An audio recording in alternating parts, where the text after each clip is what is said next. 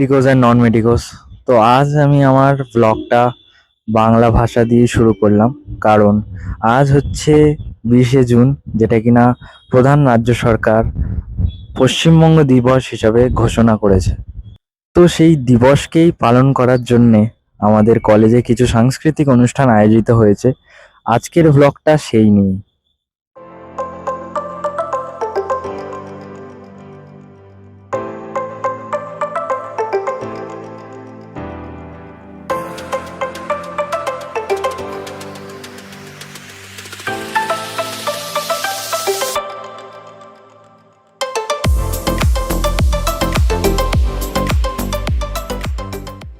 হয়েছি আমাদের পশ্চিমবঙ্গ দিবস উদযাপন করার জন্য। পশ্চিমবঙ্গ পশ্চিমবঙ্গ নিছক এক ভূখণ্ড নয়, গোটা বিশ্ব জুড়ে বাঙালির এক আবেগের নিরাপদ আশ্রয়। কিন্তু এই পশ্চিমবঙ্গের জন্মই হতো না যদি ভারত কেশরী ডক্টর শ্রী শ্যামাপ্রসাদ মুখোপাধ্যায়ের নেতৃত্বে বাঙালিরা স্বপ্ন না দেখত, জেগে না উঠত। আমরা বলতে পারি জয় পশ্চিমবঙ্গ, জয় ভারতবর্ষ, এবং একই সঙ্গে একযোগে বলতে পারি ভারত মাতা কি জয়।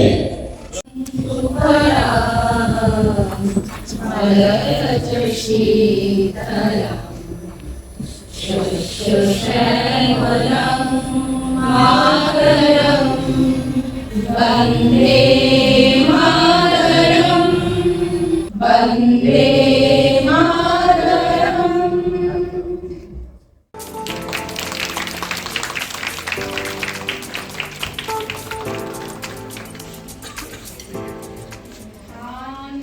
পুষ্পে ভরা আমাদের বসুন্ধরা, তাহার মাঝে আছে সকল দেশের সেরা।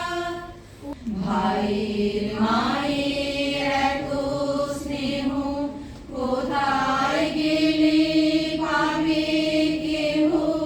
ও মা, তোমার চরণ দুটি বক্ষে আমার ধরি। আমার এই দেশেতে জন্ম যেন এই দেশেতে মরি। এমন দেশি কোথাও খুঁজে পাবে না গো তুমি। সকল দেশের রানী সেজে আমার জন্মভূমি, সেজে আমার জন্মভূমি, সেজে আমার জন্মভূমি।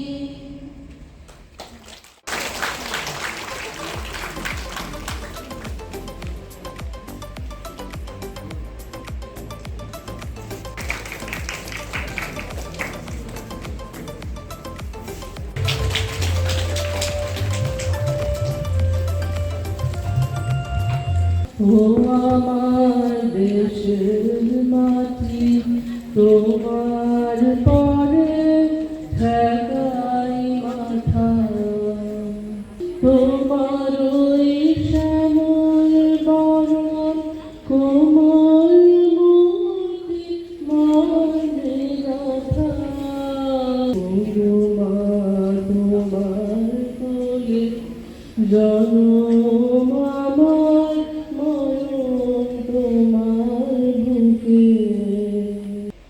সকলকে পশ্চিমবঙ্গ দিবসের শুভেচ্ছা এবং অভিনন্দন জানাচ্ছি। দেখুন, ইতিহাস যা আমাদের শিক্ষা দেয়, যা ইতিহাস সেটা আমাদের দর্পণ হিসেবে থাকে। 1947 সালের 20শে জুন পশ্চিম বাংলা প্রতিষ্ঠা হয়েছিল। যে স্বপ্ন বঙ্কিমচন্দ্র দেখেছিলেন, যে স্বপ্ন সুভাষচন্দ্র বসু দেখেছিলেন, সেই স্বপ্নকে আমাদের বাস্তবায়িত করতে হবে। সবার আগে দেশ, রাষ্ট্র সর্বোপরি, সেই মন্ত্রকে নিয়ে আগামী দিনের ছাত্র যুবক, আগামী দিনের বাংলার জনগণ এগিয়ে যাবে। পশ্চিম বাংলা বিকশিত হবে, পশ্চিম বাংলার হাত ধরে ভারত বিকশিত হবে। আসুন আমরা আজকের এই 20শে জুন পশ্চিমবঙ্গ দিবসে শপথ নেই, বাংলার বিকাশ হোক, ভারতবর্ষের বিকাশ হোক, আর এই বিকাশে ব্যক্তি ব্যক্তি নেই জায়গায় রাষ্ট্র চেতনা। সুতরাং ভারতবর্ষকে বৈভবশালী করার জন্য আমাদের যে লড়াই, বাংলার ভারতবর্ষের প্রতিটি যুবকের হওয়া উচিত। আসুন আমরা আজকের এই পবিত্র দিনে সেই শপথ গ্রহণ করি, ভারত আবার জগৎ সভায় শ্রেষ্ঠ আসন লবে। সকলে ভালো থাকবেন, সুস্থ থাকবেন। নমস্কার। নানা উৎসব আনন্দ আছে যত, সব নিয়ে আসে সে সুখ তুলনাহীন। আমি আমার আমিকে চিরদিন এই বাংলায় খুঁজে পাই, আমি বাংলায় গান গাই, আমি বাংলায় গান গাই, বাংলায় আমার জীবনানন্দ, বাংলা প্রাণের সুর। আমি একবার দেখি, বারবার দেখি, দেখি বাংলার মুখ।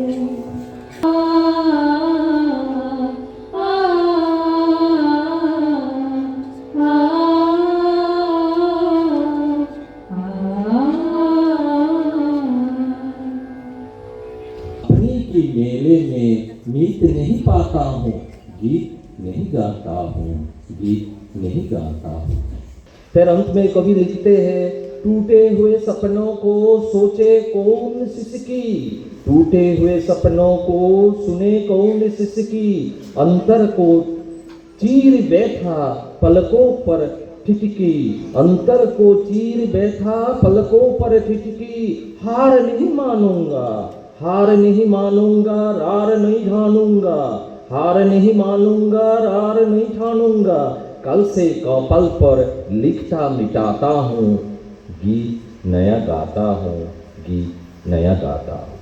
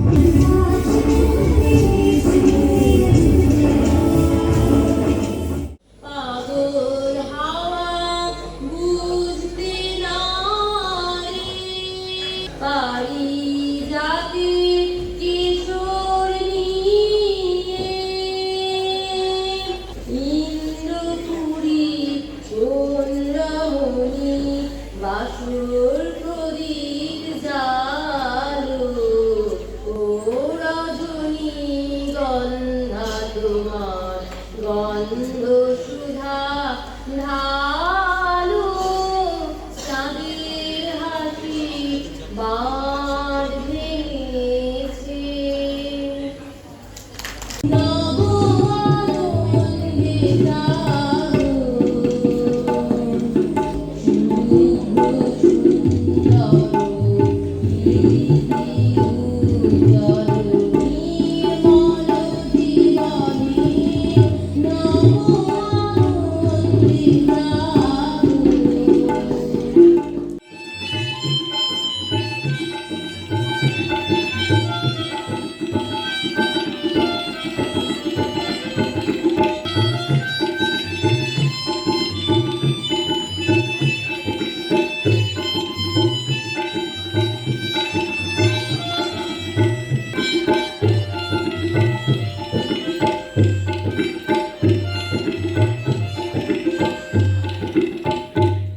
কোন বনেতে চাইলে ফুল গন্ধে এমন করিয়া ফুল আঁখি মেলে তোমার আলো প্রথম আমার চোখ জুড়ালো সেই হাসিতে নয়ন দেখে মুগ্ধ নয়ন শেষে নমস্কার। ভারত আমার ভারতবর্ষ স্বদেশ আমার স্বপ্ন গো ধন্য হয়েছি ধন্য গো।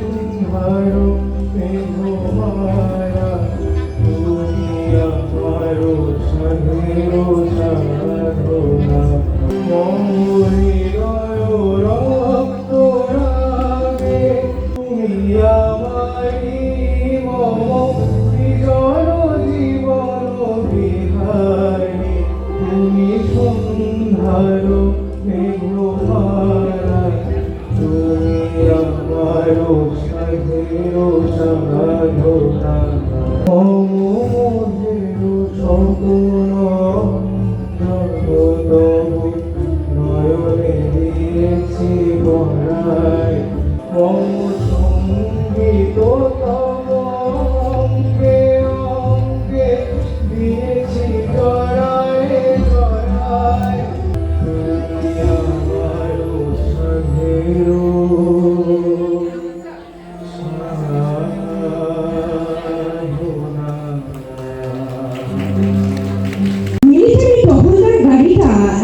ভিক্টোরিয়া পার্কের পাশ দিয়ে একটা পাক খেয়ে গেল। শহরে 144 ধারা, দুদিক থেকে দুটো গলি এসে মিশেছে এই জায়গায়। ডাস্টবিনটা উল্টে এসে পড়েছে গলি দুটোর মাঝখানে, খানিকটা ভাঙাচোরা অবস্থায়। সেটাকে আড়াল করে গলির ভিতর থেকে হামাগুড়ি দিয়ে বেরিয়ে এলো একটি লোক। মাথা তুলতে সাহস হলো না তার, নির্জীবের মতন পড়ে রইল খানিকক্ষণ, কান পেতে রইল দূরে অপরিস্ফুট কলরবের দিকে। কিছুই বোঝা যায় না, আল্লাহু আকবার নাকি বন্দে মাতরম। হঠাৎ ডাস্টবিনটা একটু নড়ে উঠল আচমকিতে, শিরশিরে উঠল দেহের সমস্ত শিরা উপশিরা, দাঁতে দাঁত চেপে হাত পা দুটিকে কঠিন করে লোকটা প্রতীক্ষা করে রইল। একটু খানিকক্ষণ চুপচাপ, আবার নড়ে উঠল ডাস্টবিনটা। আস্তে আস্তে মাথা তুলল লোকটা। স্থির চারটে চোখের দৃষ্টি ভয়ে সন্দেহে উত্তেজনায় তীব্র হয়ে উঠেছে। কেউ কাউকে বিশ্বাস করতে পারছে না, কিন্তু খানিকক্ষণ অপেক্ষা করেও কোনো পক্ষ থেকেই আক্রমণ এলো না। এবার দুজনের মনে একটা প্রশ্ন জাগল, হিন্দু না মুসলমান? একজন শেষোক্তি প্রশ্ন করে ফেলে, হিন্দু না মুসলমান? আগে তুমি কও। পরিচয়কে স্বীকার করতে উভয় নারাজ, সন্দেহের দোলায় তাদের মন দুলছে। প্রথম প্রশ্নটা চাপা পড়ে, অন্য কথা আসে। বাড়ি কোনখানে? বুড়িগঙ্গা হেই পাই সুবাইতে। তোমার? তাছাড়া নারায়ণগঞ্জের কাছে। কি কাম করো? নাও আছে আমার, নায়ের মাঝে। তুমি? নারায়ণগঞ্জে সুতাকলে কাম করি। আবার চুপচাপ। হঠাৎ কাছাকাছি কোথাও শোর বয়ে ওঠে, শোনা যায় দুপক্ষেরই উন্মত্ত কণ্ঠের ধ্বনি। সীতাকলের মজুর আর নাওরের মাঝি দুজনেই সতর্ক হয়ে একটু নড়ে চলে ওঠে। চলো এখান থেকে উঠে যায়। আরে না না, উঠবো না। সান্ডালে দিবা নাকি? যেমন বইয়া রইছ সেরকমই থাকো। মাঝির মনটা ছ্যাট করে উঠল সুতা মজুরের কথা। লোকটা তাহলে তাকে যেতে দেবে না নাকি? কেন? কেন? কেন কি? মরতে যাইবা নাকি তুমি? সুরগুলটা মিলিয়ে গেল দূরে, আবার মৃত্যুর মতো নিস্তব্ধ হয়ে আছে সব। সুতা মজুর একটা দীর্ঘশ্বাস ফেললো, দেখা দেখি মাঝিরও একটা নিঃশ্বাস পড়ে। বিড়ি খাইবা?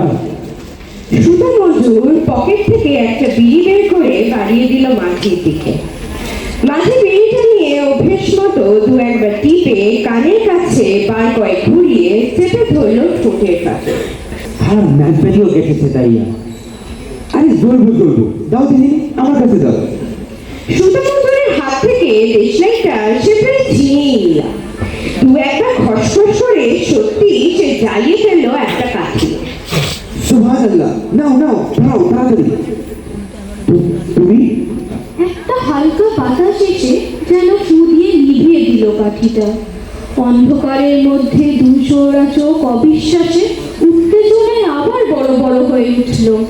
কয়েকটা নিস্তব্ধ পল কাটে। হ্যাঁ, আমি মুসলমান। কি হয়েছে? কিছু হয় নাই, কিন্তু ওই পুকুরের মধ্যে কি আছে? পোড়া মাইয়া লইগা দুটো জামা আর একখানা শাড়ি, কালো মাঝে ঈদের বড় জানো। আর কিছু নাই তো।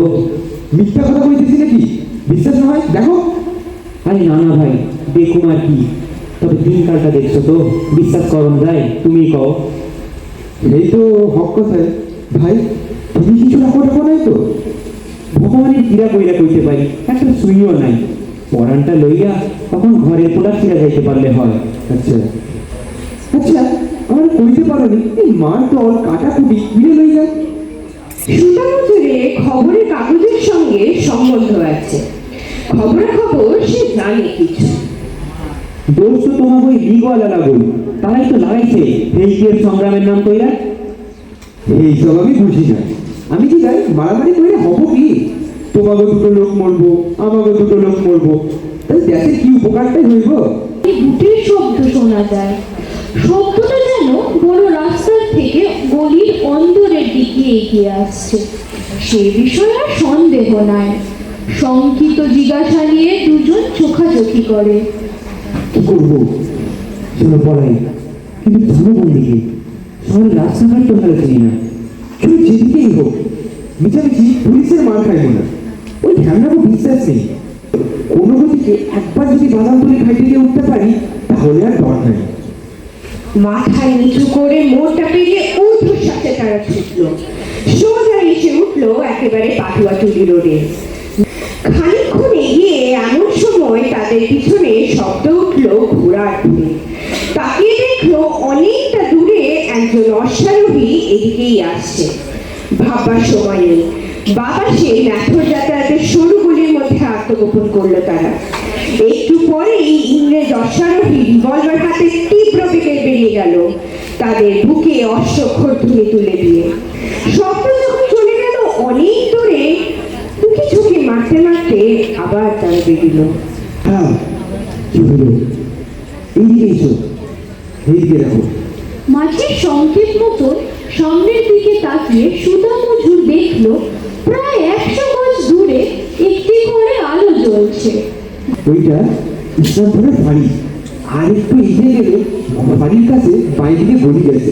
এই পথেই চাইতে হইব আমাকে, বাদামতলির ঘাটে। তবে তাই কইতেছি, তুমি থাকো, ঘাটে গিয়ে তোমার বিশেষ কাম হইব না। এইটা হিন্দু গো আস্থানে, আর ইসলামপুর মুসলিম গো। কাল সকালে উঠে বাড়ি যাই বাবা। আর তুমি? আমি যাই না, আমি পারুম না ভাই থাকতে। আর কি ঘরের খবর জানি না, কি হইল না হইল আল্লাহ জানে। কোনোরকম কইরা গলিতে ঢুকতে পারলেই হইল। নৌকা না পাই ছাত্রাইয়া পারবো বলি আমরা। আরে না মিয়া, করো কি? কেমনি যাই না তুমি? না ধরো না ভাই, ছেড়ে দাও। বুঝো না তুমি? খালি যদি তোমার ধরে রাখা হয়, পারবো না ধরতে, টকাবো না। আর এখান থেকে উঠে যেও না। আর ভুলুন না ভাই এই রাতের কথা। নদীতে থাকলে আমাকেও মোলাকাত হইব। আদাব। আমিও ভুলুন না ভাই, আদাব। মাঝি চলে গেল পা টিপে টিপে। সুতা মজুর বুক ভরা উদ্বেগ নিয়ে স্থির হয়ে দাঁড়িয়ে রইল। বুকে থুকথুকানি তার কিছুতেই বন্ধ হতে চায় না। উদ্গীর হয়ে রইল সে। ভগবান, মাঝি যেন বিপদে না পড়ে। অনেকক্ষণ তো হলো, মাঝি বোধহয় এতক্ষণে চলে গেছে। হ্যাঁ, ফোলা মাইয়াদের কত আশা, নতুন জামা পরবে, আনন্দ করে পরবে। বেচারা বাগঝানের পরাণ তো। সুতামজু একটা নিঃশ্বাস ফেলে। সোহাগার কান্নায় দিদি ভেঙে পড়বে মিয়া সাহেবের বুকে। মরণের বুক থাইকা কি পাই চাইছ? সুতামজুরের ঠোঁটের কোণ থেকে একটু হাসি ফুটে উঠল। আর মাঝি তখন কি করবে? মাঝি তখন ধক করে উঠল সুতা মজুরের বুক। সুতা মজুর গলা বাড়িয়ে দেখলো পুলিশ অফিসার রিভলভার হাতে রাস্তার উপর লাফিয়ে পড়লো। সমস্ত অঞ্চলটা নৈশ নিস্তব্ধতাকে কাঁপিয়ে দুবার গর্জে উঠলো অফিসারের আগ্নেয়াস্ত্র।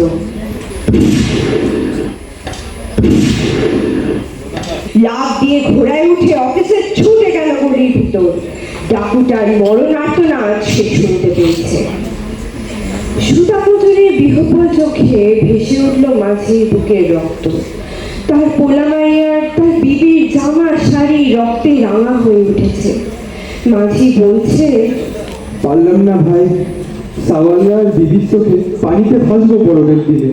দুশ্মনরা আমাদের যাইতে দিল না তাদের কাছে। সমাপ্ত। তো ব্লগটা কেমন লাগলো জানিও কমেন্টে, এবং দেখা হবে পরের একটা নতুন ব্লগে। বাই।